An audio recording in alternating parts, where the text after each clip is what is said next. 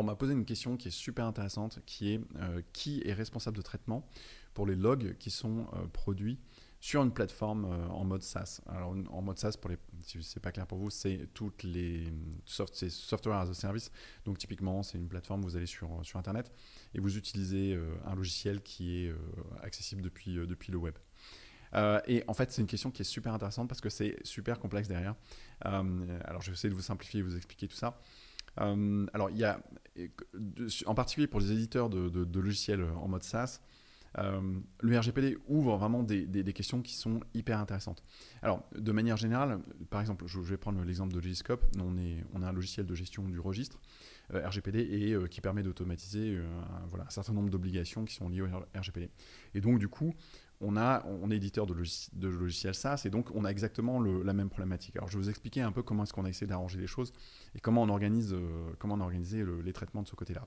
Donc quand on est éditeur de logiciels, on a un certain nombre de traitements qui sont opérés, qui sont effectués en tant que sous-traitant. C'est-à-dire que, par exemple, si vous utilisez tous les clients qui utilisent Legiscope, vont utiliser le logiciel, seront responsables de traitement, et donc nous, on sera sous-traitant au regard des traitements qui sont mis en place, comme la gestion du registre. Alors on peut toujours poser la question, pourquoi est-ce qu'il y a un traitement de données à caractère personnel? Parce que souvent, en fait, quand on gère le registre, on va mener des interviews avec des personnes, on va noter des documents, on va échanger des correspondances avec des collègues pour la gestion des données à caractère personnel. On a toutes les gestions des demandes de droit d'accès aussi, etc. Donc il y a un ensemble de traitements de données à caractère personnel qui sont mis en place.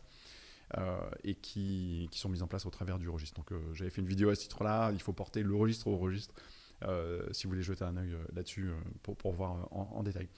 Donc, du coup, là, quand on travaille sur une problématique comme ça, il faut commencer déjà à bien isoler il faut isoler tous les traitements de données à caractère personnel qui sont mis en œuvre. Par exemple, il faut aller regarder, voilà, quels sont les traitements qui sont mis en place pour nous en tant que responsable de traitement et nous en tant que sous-traitant. Donc, typiquement, nous, qu'est-ce qu'on fait? On va faire du marketing, on va écrire des articles, publier des vidéos, on va répondre à des personnes, avoir une fonction commerciale, etc. Donc tout ça, pour tous ces traitements-là, on est responsable de traitement évidemment, puisque on met en place ces traitements pour le développement de la plateforme. Donc du coup là, il y a un rôle qui est effectué en tant que responsable de traitement.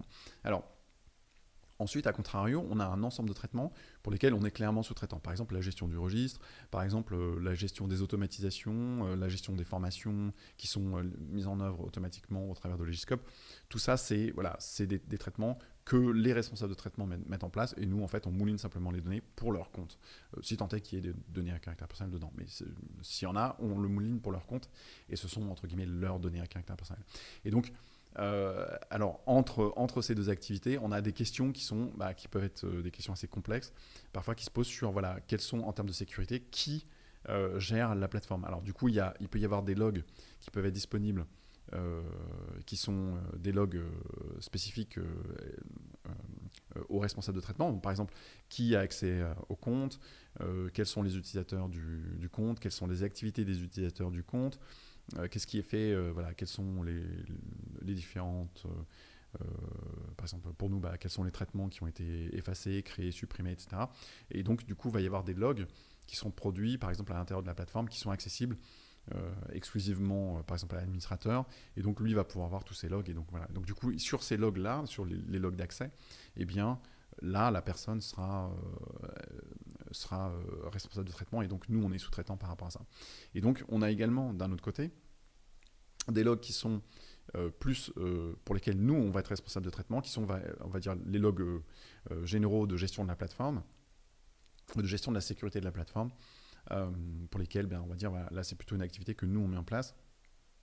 Pas forcément pour un RT, un responsable de traitement, mais pour tous les utilisateurs de la plateforme, pour assurer la protection et la sécurité de la plateforme, etc. etc. Donc voilà, donc c'est une question qui est super intéressante et puis ça nous amène toujours à réfléchir, à bien distinguer. Alors c'est pas évident dans le domaine du SaaS parce qu'il y a souvent un ensemble de traitements qui sont compactés sur une même plateforme et donc en fonction des services que vous pouvez offrir, il faut faire cette réflexion de segmenter quels sont tous les traitements qui sont mis en place, quelles sont les activités de traitement mises en place, qui les met en œuvre et où est-ce qu'on se situe par rapport à ça, étant entendu que la notion de sous-traitant et la notion de RT ici, elle est extrêmement importante. Il faut vraiment bien les maîtriser, ces notions, parce qu'il y a des conséquences qui sont considérables.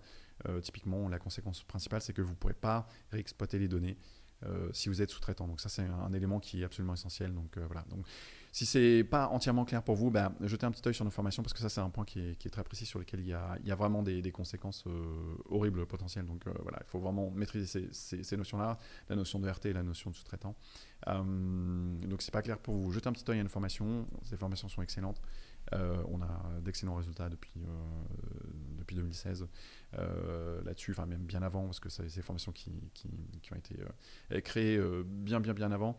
Donc voilà, on est vraiment opérationnel dessus, on peut vous enseigner, on peut vraiment s'assurer que vous soyez opérationnel en matière de gestion de la conformité RGPD, que ce soit pour vous, votre organisation ou pour vos clients. Donc jetez un petit œil là-dessus. Et vous pouvez jeter un œil aussi à notre outil Legiscope qui permet d'automatiser la conformité RGPD ou d'automatiser un grand nombre de tâches, ou un maximum de tâches qui sont automatisables de ce côté-là. Donc c'est vraiment une aide précieuse qui vous permet d'avancer vite et d'aller à l'essentiel de ce côté-là. Voilà, et si vous n'êtes pas abonné à la chaîne, profitez-en pour vous abonner. Et j'espère vous retrouver à bientôt. Ciao, ciao.